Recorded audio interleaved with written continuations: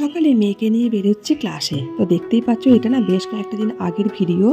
Sweater পরে আছি দেখে বুঝতেই পারছো। আর সকালটা প্রচণ্ড কুয়াশা, যার জন্য এরকমভাবে আমাদেরকে ঢাকাঢুকি নিয়ে বেরোতে হলো। এই জাস্ট ফিরলাম মেয়েকে নিয়ে ডান্স ক্লাস থেকে।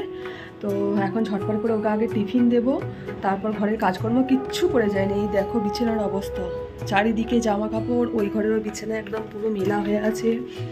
এই যে, আর আজকে যেহেতু ছুটির দিন ছিল তো সেই কারণে উঠেছি অনেকটা লেট করে।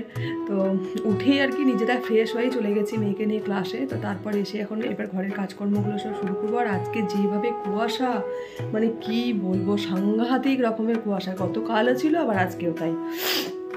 তো যাই হোক, চলো এখন ঘরের কাজকর্মগুলো ফটাফট সেরে নিই, বিছানাগুলো গুছিয়ে নিই, এদিকে কাজের দিদিও আসবে তাড়াতাড়ি।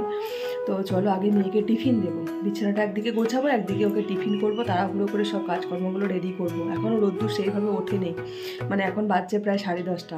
তো যাই হোক, চলো আমি ফটাফট কাজকর্মগুলো কমপ্লিট করি। তোমরা ভিডিওটাকে স্কিপ করো না, অবশ্যই পাশে থেকো, আশা করছি ভালো লাগবে। আর আজকে হলো বারটা বৃহস্পতিবার।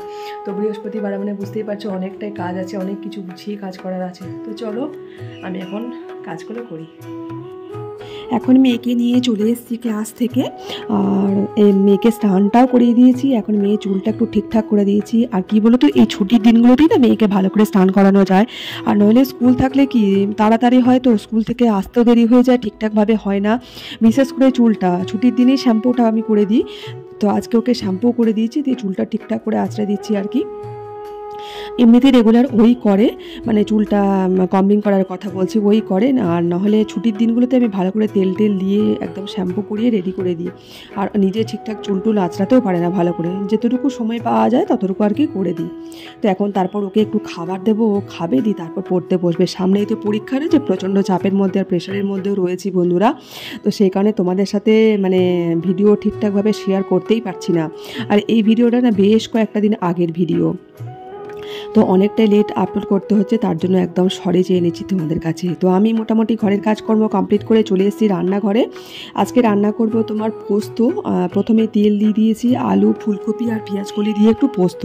এটা আমাদের ভীষণ পছন্দের খাবার বলতে পারো। পোস্ত তো এমনিই ভালো লাগে, তবে এখন যেহেতু শীতকালে পেঁয়াজকলিটা বেশ ভালো লাগে, তো ওই জন্য আর ফুলকপি, আলু আর পেঁয়াজকলি দিয়ে করছি। আর একটু টমেটো দিয়েছি, একটু টকটক মতোটা ভালো লাগে খেতে। আর এদিকে মিক্সিতে না পোস্তটা বেটে নিচ্ছি। সাথে অল্প কাঁচা লঙ্কা দিলাম, মাত্র 2টো, তার কারণ মেয়ে একদমই ঝাল খেতে পারে না। তো সেই কারণে আমি একটু ঝাল খাই, আমি একটু কাঁচা লঙ্কার সাথে নিয়ে নেবো, আমার কোনো প্রবলেম নেই। এখন এই যে পরিমাণ মতো অল্প একটু নুন দিয়ে ঢাকা দিয়ে একদম ভালো করে করছি। আর এখন না এই নতুন আলু তো একদমই বাজে। গরম গরম খেলে বেশ ভালো লাগছে, কিন্তু ঠান্ডা হয়ে গেলে একদম বাজে লাগছে, জানো তো। তো সেখানে অনেকটা দেরিও হয়েছে রান্না করতে। আর একদিকে ভালোই হলো, দেরিও হয়েছে, তাড়াতাড়ি খাওয়াটাও হয়ে যাবে, কারণ এটা ঠান্ডা হয়ে গেলে একদমই বাজে লাগবে। তো একদম শেষ মুহূর্তে দেখতেই পেলে বাটা পোস্তটা দিয়ে দিলাম।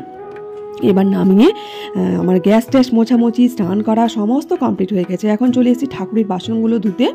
আজকে অনেকটা গ্যাপে গ্যাপে ভিডিওটা হয়েছে। আসলে আমার একটা ফোন তো সেই কারণে অনেকটাই প্রবলেম হয়ে গিয়েছিলো, যার জন্য অনেকটা গ্যাপে গ্যাপে হয়ে গেছে। এখন ঠাকুরের বাসনগুলো সমস্ত ধুয়ে মেজে নিচ্ছি, স্নান করা হয়ে গেছে। তো এখন ঠাকুরটা আর কি পুজো করে নেবো। তো ঠাকুরের বাসনগুলো ভালো করে ধুয়ে নিচ্ছি। আগে বেসিনটা ভালো করে ধুয়ে মেজে পরিষ্কার করে নিয়েছি, তারপরে কিন্তু ঠাকুরের বাসনগুলো এখানে ধুচ্ছি। আমি এমনিতে এখানে ঠাকুরের বাসন ধুই না, ব্যালকনিতে ধুই। ব্যালকনিতে কোনো কিছুই ইউজ করা হয় না, শুধুমাত্র ঠাকুরের বাসনটাই ইউজ করা হয়। আর এই বেসিনটা একদমই খুব কম ইউজ করি, তার কারণে এই বেসিনে একটু মুখটুক হাত ধোয়া হয়, তো সেই কারণে একদমই আমি ইউজ করি না। তো আজকে খুব তাড়াহুড়োর মধ্যে ছিল, ওই জন্য আজকে এখানেই করে ফেললাম। তো এই যে ঠাকুরটা পুজো দেওয়া হবে, এতক্ষণে একটু নিশ্চিন্ত। আজকে ভিডিওটা একটু অন্যরকম, অনেকটা গ্যাপে গ্যাপে হয়ে গেছে। তো যাই হোক, তোমরা প্লিজ সাথে থেকো আর অবশ্যই সাপোর্ট করো, আশা করছি তোমাদের খুব ভালো লাগবে। আর এখন দেখো চলে এসেছি অনেকটা সময় পর, আবার এখন চলে এসেছি সন্ধ্যাবেলায়। সন্ধ্যাও ঠিক বলবো না, ওই 8:30 এরকম মতো বাজে, একবারে রাত্রে ডিনারটাই কমপ্লিট করে নেবো।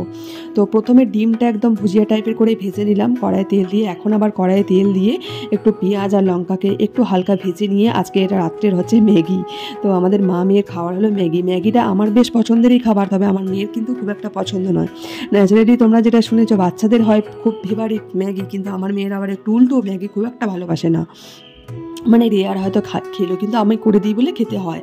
আর আমার আবার খুব ভালো লাগে ম্যাগিটা, তো সেই কারণে যে ম্যাগি করছি একদম সব কিছু দিয়ে, এমনি প্লেন যে ম্যাগিটা করা হয় সেরকমভাবেই করছি। আজকে কিছু সবজি টবজি কিছু দিলাম না, আজকে প্লেন করেই করছি। তো এটাই আর কি আজকে রাত্রে ডিনারই হয়ে যাবে। আমি ম্যাক্সিমাম দিনে রাত্রে খুব যদি পড়াতে লেট হয়ে যায় বা শরীর হয়তো ঠিকঠাক লাগছে না, তখন কিন্তু এইভাবে ম্যাগি করে নিই, পেটটাও ভরা থাকে, বেশ ভালো লাগে খেতে, আমার তো বেশ দারুণ লাগে। আর একদম শেষ মুহূর্তে দিয়ে দিলাম একটু সস, আর সসটা দিলে না বেশ ভালোই লাগে। তো আমার মোটামুটি ম্যাগি কিন্তু রেডি। তো চলো বন্ধুরা, আজকের ভিডিওটা আমি এখানেই এন্ড করছি। তোমরা সবাই খুব ভালো থেকো, সুস্থ থেকো। আর আজকের ভিডিওটি কেমন লাগলো অবশ্যই কমেন্টসের মাধ্যমে জানিও। আজকের ভিডিওটা যদিও একটু খাপছাড়া হয়েছে, তো প্লিজ তোমরা একটু অ্যাডজাস্ট করে নিও, মানিয়ে নিও। এখন মেয়ের পরীক্ষার জন্য আমি অনেক কিছুই মানে এডিটিং কমপ্লিট করতেই পারছি না।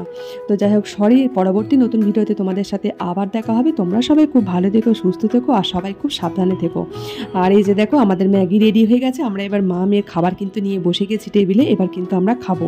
তোমরা ঝটপট খাবার খেয়ে নাও, তোমরা ঝটপট খাবার খেয়ে নাও। তো চলো, আজকের মতো টাটা, বাই।